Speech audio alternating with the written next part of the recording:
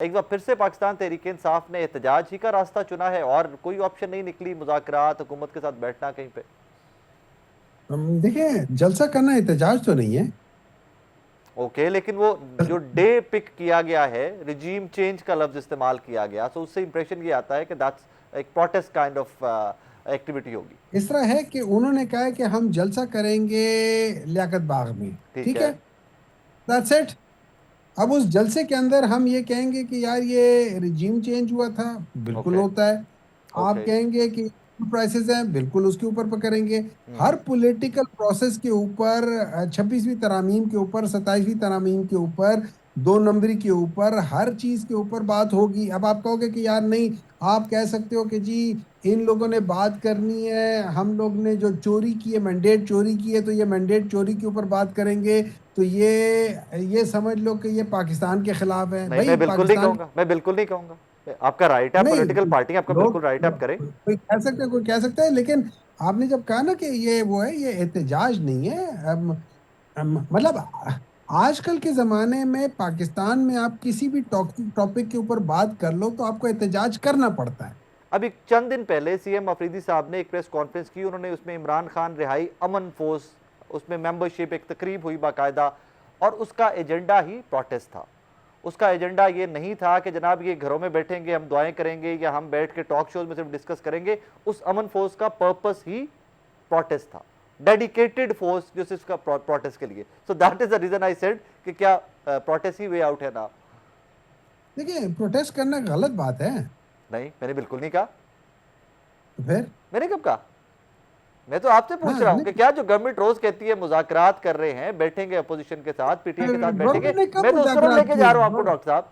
Government ने कब मुज़ाकरात किए हैं? गवर्नमेंट ने तो कोई स्पीकर मुज़ाकरात साहब के नहीं साथ है। बैठे हैं, राना सनाउल्लाह गवर्नमेंट, सब ऑफर्स कर चुके हैं।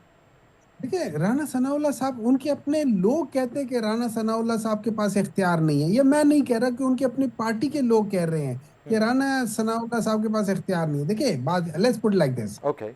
अगर फर्ज करें मैंने एक किसी टॉपिक के ऊपर डिस्कशन करना है, और ठीक मैं है। चाहता हूं, मैं आपको कहता हूं कि राय साहब हम इस टॉपिक के ऊपर बात करते हैं। बिल्कुल ठीक है। आप मुझे कहते हैं हाँ हुमायूं, हम इस टॉपिक पे बात कर लेंगे, और आप वो टॉपिक रख लेते हैं, तो ठीक फिर है। आपके साथ मुझे निगोशिएट करने का मजा आएगा। बिल्कुल लेकिन जब ठीक मैं है। आपको कहता हूँ कि आए हम इस टॉपिक के ऊपर बात करते हैं, और आप कहते हैं कि मैं पूछ के बताऊंगा, तो फिर मैं जिससे पूछ रहे हैं आप, फिर मैं उनसे क्यों ना बात कर लूं?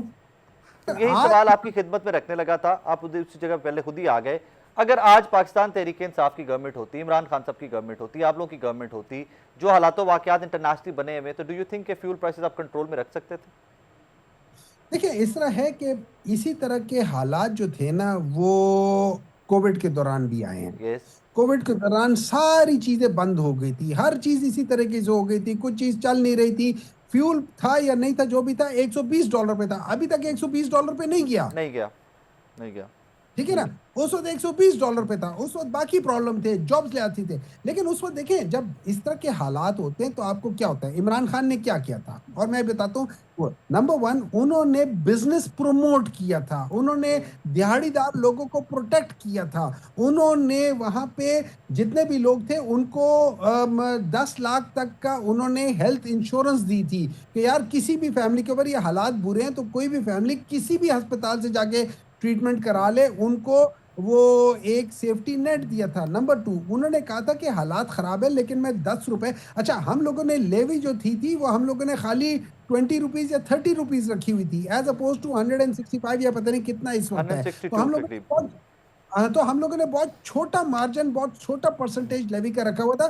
फिर उसके बाद हम लोगों ने उस लेवी में से हम लोगों ने 10 रुपए और कम कर दिया था, इन ऑर्डर टू फैसिलिटेट। होता क्या है, मैं अपने खर्चे कम करके मैं 10 रुपए का मार्जिन, ये जो कहते हैं ना कि हम लोग आपके सब्सिडी दे रहे, फलाना करें, ये उस वक्त भी सब्सिडी दी गई थी ना, जिसमें इन सारे लोगों ने शोर किया था। लेकिन हम लोगों ने जेन्युइन तरीके से, हम लोगों ने सबसे पहले, मैं आपको कहता हूं, मैं आपको सब्सिडी दे रहा हूं, ओके। लेकिन दूसरी तरफ से टैक्सेस मैं बढ़ा दूं। आपकी गवर्नमेंट में पेट्रोल बढ़ता था ना थोड़ा सा भी, तो एक प्रोटेस्ट की कॉल आती थी, एहतजाज की कॉल आती थी कि जनाब महंगाई मुकाओ, मार्च आ रहा है इस्लामाबाद की तरफ। तहरीक इंसाफ भी कुछ प्लान कर रही है प्रोटेस्ट वगैरह? नहीं, हमने तो कभी उनको ये कहा ही नहीं था कि हम आपको इजाजत, हम कहते थे 100 बिस्मिल्लाह आओ। हाँ ठीक है, हमने कभी किसी को आई रोका? सॉ दैट कि हमने मैंने वो कभी कवर नहीं किए हैं रोका। वो इवेंट। ये सारी चीजें नाउ चलती व्हाट रहती सर, हैं, उसमें कोई आज नहीं। अवाम क्या करें, आज पाकिस्तान के अवाम क्या करें, दैट्स द क्वेश्चन। मैं ये समझता हूँ अवाम को यहाँ पे देखना चाहिए कि अगर यही लोग इस काबिल होते, ये दोनों पार्टियां इस काबिल होती, तो आज पाकिस्तान की ये हालत ना होती। क्यों? ये लोग उस वक्त आए गए थे जब पाकिस्तान चाइना से ज्यादा मालदार था। ये लोग उस वक्त आए थे जब पाकिस्तान इंडिया से आगे था। ये लोग उस वक्त आए थे जब पाकिस्तान सिंगापुर से आगे था, जब पाकिस्तान मलेशिया से आगे था।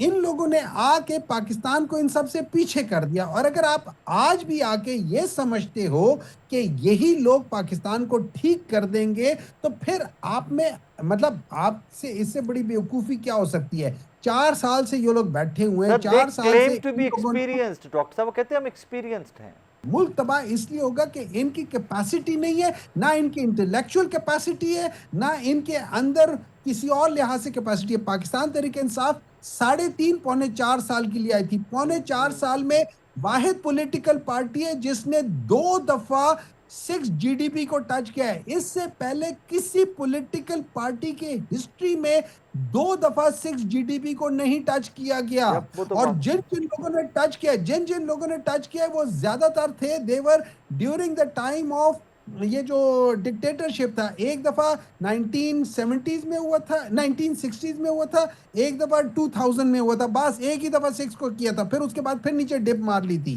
तो as far as Pakistan Tehreek Insaf cousin, Pakistan में जो लार्ज स्केल इंडस्ट्री की जो ग्रोथ थी, वो पाकिस्तान की हिस्ट्री में 10.64 कभी नहीं हुई। जो मैक्सिमम हुई है वो 9.6 हुई थी 1960s में, जिसमें हम कहते हैं that was the golden era. हम उससे भी बेहतर थे। सर तो आज अगर पंजाब ने पब्लिक ट्रांसपोर्ट फ्री कर दी, आज विफाक ने पब्लिक ट्रांसपोर्ट फ्री कर दी फ्यूल प्राइसेस देखते हुए। खैबर पख्तूनख्वा गवर्नमेंट भी ऑब्वियसली सरप्लस में है, बजट आपके पास भी वहां पे, what you guys are going to do? मेरे ख्याल में it's is a good thing कि जब इस किस्म की चीज करें, लेकिन उसके साथ साथ वो बेचारे अभी वो गायों के गोबर के ऊपर भी टैक्स डाल रहे हैं कि गाय ने, वो लोगों ने उनको वो कर दिया कि चलो यार उनको हम डायपर पहना दिया करेंगे, सब कुछ कर देंगे। देखिए इन अ वे में दैट वाज अ जोक, लेकिन पाकिस्तान साफ सुथरा रखने के लिए टैक्स लगाने से बेहतर है आप उन लोगों को कि यहाँ गंदगी होगी तो आपको आपको डॉक्टर साहब जुर्माना यहाँ पे होगा। मैं थोड़ा सा कुछ आपकी खिदमत में गुजारिश करना चाहूंगा। मैं एक बहुत अच्छा, छोटा सा जमींदार हूँ, मेरे पास भैंसे भी हैं। मुझे समझ नहीं आ सकी इस टैक्स की जब से बाज़गश्त है, मुझे इस चीज़ की समझ नहीं आ सकी कि गवर्नमेंट ऑफ पंजाब या फेडरल गवर्नमेंट आके उस भैंस का गोबर उठाती है। वो स्टाफ होता है या जो भी हम जमींदार खुद से जो काश्तकारी कर रहे होते हैं, जिन्होंने भैंसें पाली होती हैं, हम खुद से उठा के उस गोबर को एज खाद इस्तेमाल करते हैं खेतों के अंदर। तो एग्जैक्टली, कल से मैं भी सोच रहा हूँ, एग्जैक्टली। मुझे समझ नहीं आ सकी कि ये पता नहीं किस चीज़ का टैक्स था, क्या कोई म्यूनसिपैलिटी का देखिए स्टाफ आता था अगर उठाने, मुझे इस अगर चीज़ की तो समझ उन्होंने नहीं आ सकी। अगर उन्होंने समझ के ये लगाया होता तो आपको भी समझ आ जाती।